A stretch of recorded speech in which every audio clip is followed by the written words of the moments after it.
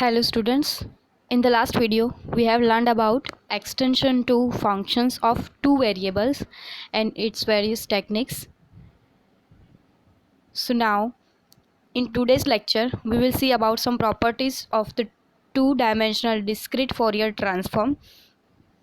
So in which we will see about relationships between spatial and frequency intervals, translation and rotation, periodicity, symmetry properties, Fourier spectrum and phase angle, the 2D convolution theorem, and about summary of two-dimensional discrete Fourier transform properties. So now let's start with the relationships between spatial and frequency intervals. So the relationship between spatial sampling and corresponding frequency domains intervals, in that suppose that a continuous function f(t(z) is sampled to form a digital image fxy consisting of m into n samples taken in the t and z directions respectively.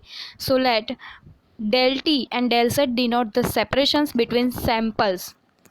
Then separations between the corresponding discrete frequency domain variables are given by del mu is equal to 1 upon m del t and del v is equal to 1 upon n del z respectively. So the separations between the samples in the frequency domain are inversely proportional both to the spacing between spatial samples and number of samples. So now second one is translation and rotation. So it can be shown by direct substitution of the above equation that the Fourier transform pair satisfies the following translation properties, which is fxy e raised to j 2 pi into u0x upon m plus v0y upon n is equal to f u minus u0 v minus v0 and fxy x minus x0 y minus y0 is equal to f uv e raised to minus j2 pi x0 u upon m plus y0 v upon n. So that is multiplying fxy by the exponential shown shifts the origin of the dft to u0 v0, and conversely multiplying fuv by the negative of that exponential shifts the origin of fxy to x0 y0. So as we illustrates in this example, translation has no effect on magnitude of fuv. So now using the polar coordinates, x is equal to r cos theta, y is equal to r sin theta, u is equal to omega cos theta, omega cos phi, and v is equal to w sin phi. So results in the following transform pair is f r theta plus theta 0 is equal to omega phi plus theta 0, which indicates that rotating fxy by an angle theta 0 rotates fuv by the same angle. So conversely, rotating fuv rotates fxy by the same angle. Now third one is periodicity. So as in the one-dimensional case, the two-dimensional Fourier transform and its inverse are infinitely periodic in u and v directions. So that is fuv is equal to fu plus k1m, v is equal to f u v plus k2n is equal to f of u plus k1m v plus k2n, and second is fxy is equal to f x plus k1m y is equal to f of x y plus k2n is equal to f of x plus k1m y plus k2n, where k1 and k2 are integers. So the periodicities of the transform and its inverse are important issue in the implementation of DFT based algorithms. So here consider the one-dimensional spectrum in this equation. So here we can see in this figure the transform data in the interval form 0 to m minus 1 consists of two back-to-back half periods meeting at point m by 2. For display and filtering purposes, it is more convenient to have in this interval a complete period of transform in which the data are contiguous, as in figure B. So the equation fx e raised to j 2 pi u0 x upon m is equal to fu minus u0. So in other words, multiplying fx by exponential term shown shifts the data so that origin f0 is located at u0. So if we let u0 is equal to m by 2, the exponential term becomes e raised to j pi x, which is equal to minus 1 raised to x, because x is an integer. So in this case, fx is equal to minus 1 raised to x is equal to fu minus m by 2. So here multiplying fx by minus 1 raised to x shifts the data so that f0 is at the center of the interval 0 to m minus 1, which corresponds to the figure B. So in 2D situation, it is more difficult to graph, but the principle is the same as figure C. Instead of two half periods, there are now 4 quarter periods meeting at the point m by 2 n by 2. The dashed rectangles correspond to the infinite number of periods of the 2D DFT, two-dimensional DFT. So, as of one-dimensional case, visualization is simplified if we shift the data so that f00 is at m by 2, n by 2. So, letting u0 v0 is equal to m by 2 and n by 2, the equation is the last one, fxy into minus 1 raised to x plus y is equal to fu minus m upon 2 v n minus 2. So using this equation shifts the data so that f00 is at the center of the frequency rectangle defined by the intervals 0 m minus 1 and 0 n minus 1 as desired. So here figure D shows the result. So now the properties of 2D DFT in that symmetry. So this table lists the symmetrics and related properties of the DFT that are useful in digital image processing. So recall that the double arrows indicate the Fourier transform pairs, that is, for any row in the table, properties on the right are satisfied by the Fourier transform of the function having the properties listed on the left, and vice versa. For example, entry 5 reads the DFT of a real function fxy in which fxy is replaced by minus x minus y is f star uv, where fuv, the DFT of fxy, is the complex function, and vice versa. So here is the symmetry properties of 2D DFT and its inverse. So RUV and IUV are the real imaginary parts of FUV respectively. The term complex indicates that the function has non-zero real and imaginary parts.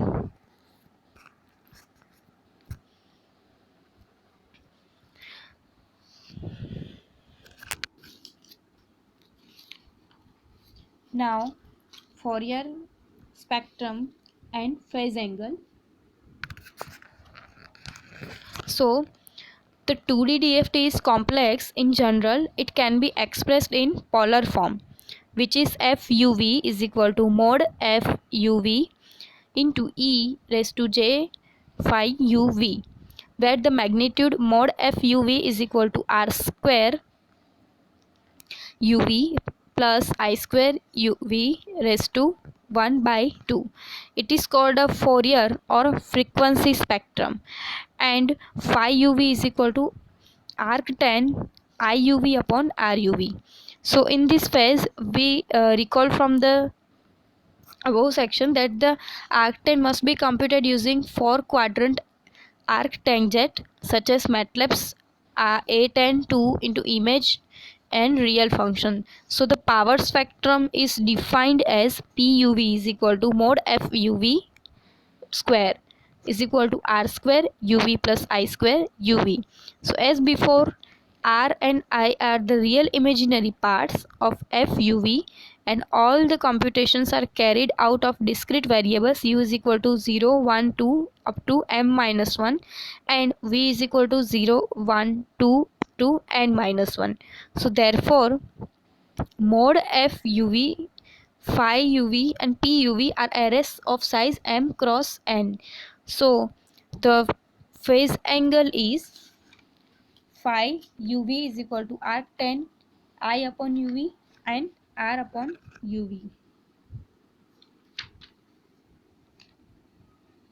So here figure shows a simple image, and figure B here it shows a spectrum whose values were scaled to the ranges up to 0 to 255 and displayed in the image from the origins of both spatial and frequency domain are at the top left. Two things are apparent in figure B here. So the area around the origin of the transfer contains the highest values. So note that the four corners of the spectrum contain similarly high values. The reason is periodically property discussed in the previous section. So to center the spectrum, we simply multiply the image in A by minus 1 raised to x plus y before computing the DFT. So figure D shows the display of 1 plus log f mod f UV. The increased radiation of details is evident. So most spectra was shown in this and subsequent this, which is shown in this all figures.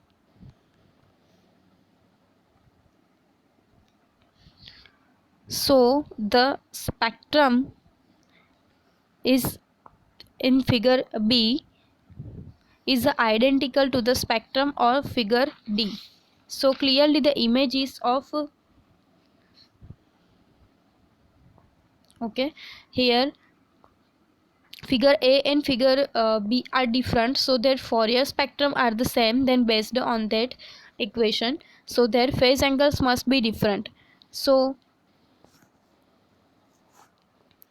here figure this figure confirms that the phases angles arrays of DFT of figure A and figure B, which is translated image A and C to the rotated image in figure C. So in general, visual analysis of phase angle images which are little intuitive information. For instance, due to its 45-degree orientation, one would expect intuitively that the phase angle in this figure should correspond the rotated image in figure 4.25c. So the phase angle of rotated image has strong orientation, that is much than less than 45 degree. So the components of the spectrum of the DFT determine the amplitude, the sinusoid that combine to form of resulting image. So at any given frequency in DFT of an image, a large amplitude implies a greater prominence of a sinusoid of that frequency in this image. So conversely, a small amplitude implies the less of the sinusoid is present in this image. So this all figure shows the contribution of the phase components in less intuitive. So it is just important that the phase is a measure of displacement of the two various sinusoids with respect to the origin. So while the magnitude of the two-dimensional DFT is an array whose components are determined to the intensities in the image, the corresponding phase is an array of angles that carry much of the information where the discernible objects are located in the image. So this figure is the phase angle of DFT of first image is A. So there is no detail in this array that would lead us by visual analysis to associate it with features in its corresponding image. So the importance of the phase in determining shape characteristics is evident of this figure C, which is obtained by computing the inverse DFT of equation using only phase information. That equation is mod FUV is equal to 1. So the intensity information has been lost. So the key shape features in this image are unmistakably in figure A. Now figure D, the fourth one figure, was obtained using only spectrum and computing the inverse DFT. This means setting the exponential term to 1, which in turn implies setting the phase angle to 0. The result is not unexpected.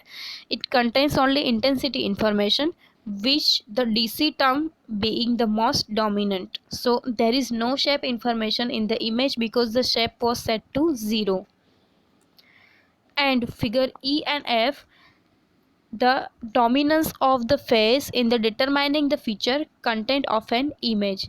So that image is figure E. So figure E was obtained by the computing the IDFT using the spectrum of rectangle in figure A and phase angle corresponding to the woman. The shape of the woman clearly dominates this result. So the rectangle dominates the, and it is computed using the spectrum of the woman and the phase angle of the rectangle. Now the 2D convolution theorem. So first is one dimensional convolution, in that fx into hx is equal to m is equal to 0 to m minus 1 is limit fm h x minus m. So its 2D convolution is fxy into hxy is equal to limit is m is equal to 0 to n minus 1, n is equal to 0 to n minus 1, fmn h x minus m y minus n, where for x is equal to 0 1 2 up to m minus 1 and y is equal to 0 1 2 up to n minus 1. So this gives one period of a two-dimensional periodic sequence. So the 2D convolution theorem is given by the expressions fxy star hy is equal to fuv huv and conversely. So fxy hxy is equal to fuv star huv, where f and h are obtained using this equation, and as before the double arrow is used to indicate that the left and right sides of the expressions constitute a Fourier transform pair. So this equation states the inverse DFT of the product FUV HUV yields fxy star hxy, the 2D spatial convolution of f and h.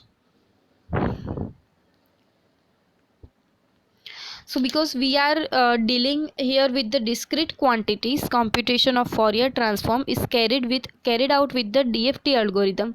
So if we elect to compute the spatial convolution using IDFT of the product of two transform, then the periodically issues discussed in this section must be taken into the count. So we give a one-dimensional example of this and then extended the conclusions of two variables. So the left column of the figure 4.28 figure implements the convolution of two functions f and h using 1D equivalent of this equation f star fx star hx is equal to m is equal to 0 to 399 fx hx minus m. So this equation is indicated here, but the requirement of the displacement of x is that it be sufficiently large to cause the flipped versions of H to slide completely past of H. So in other words, the procedure consists of: first is mirroring H about the origin, second is translating the mirrored function by the amount X, and third is of each value of X translation computing the entire side of the preceding equation. So here in this figure, this means multiplying the function into figure A by the function in figure D for each value of X. So the displacement X ranges over all values required to completely slide H across the F. So figure E shows the convolution of these two functions. So here note that the convolution is the function of the displacement variable X, and that range of X required in this example to completely slide H past F from 0 to 799. So the in this figure we must take into the account that periodically inheritance in the expression for the DFT. So this is equivalent to convolving the two periodic functions of figure F and G. So the convolution procedure is the same as we discussed, but the two functions now are periodic. So preceding with the these two functions as in the previous paragraph would yield the result in figure J, which is obviously is correct. So figure J is incorrect because we are convolving two periodic functions. The convolution itself is periodic. So the closeness of the periods in this figure is such that they interface where each other to cause what commonly referred to as a wraparound error. So it is causes the wraparound error because the closeness of the periods is they interface with each other to cause that is commonly referred to each other. So according to the convolution theorem, if we had computed the DFT of the two 400 point functions f and h, multiplied the two transforms and then computed the inverse DFT. So fortunately the solution to the wraparound error problem is simple. Consider the two functions fx and hx composed of a and b samples respectively. It can be shown that if we append zeros to both functions so that they have the same length denoted by p, then wraparound is avoided by choosing p is greater than equal to a plus b minus 1. So in this example we that has 400 points. So minimum value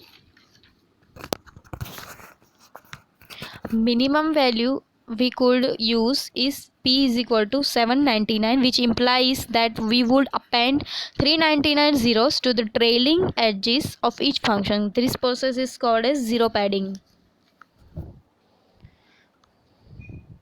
So now let fxy and hxy to be the two image arrays of sizes a cross b and c cross d pixels respectively. So wraparound error in their circular convolution can be avoided by padding these functions with zeros as follows.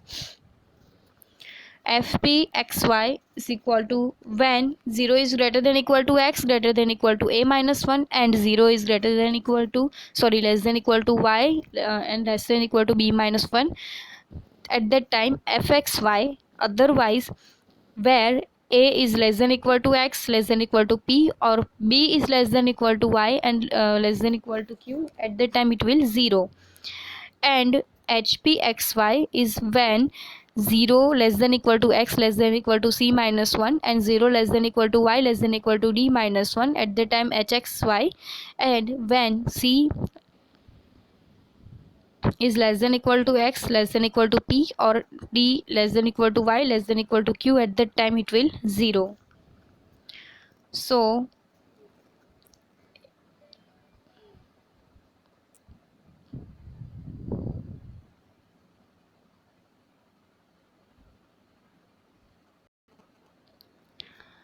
Here the resulting paired images are the sizes of P into Q. So if both arrays are the same size then M cross N, then it will be required that here P is greater than equal to A plus C minus 1 and Q is greater than equal to B plus D minus 1. Now the summary of 2D discrete Fourier transform properties. So this table summarizes the principal DFT definitions introduced in this chapter. So it obtaining the inverse using the forward transform algorithms. So here the first is discrete Fourier transform DFT of fxy expression. Second one is inverse discrete Fourier transform IDFT to FUV. Third one is Euler representation. Fourth one is spectrum. Fifth one is phase angle. Sixth one is power spectrum. Seventh one is average value. Now eighth one is periodically K1 and K2 if K1 and K2 are integers. Ninth one is convolution expressions. 10th is correlation. 11th is separability expressions, and 12th is obtaining the inverse Fourier transform using a forward transform algorithm. So this table is summarize some important DFT pairs. So the last two entries in the tables are Fourier which is 5th and 6th. So these are the it can be derived only for the continuous variables.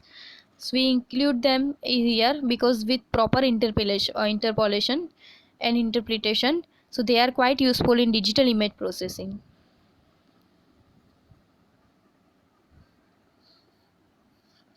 So the differentiation pair can be used to derive the frequency domain equivalent of the Laplacian defined in these equations. So these all tables provide a summary of properties useful when working with DFT. So many of these properties are key elements in the development of the material in this chapter. Thank you.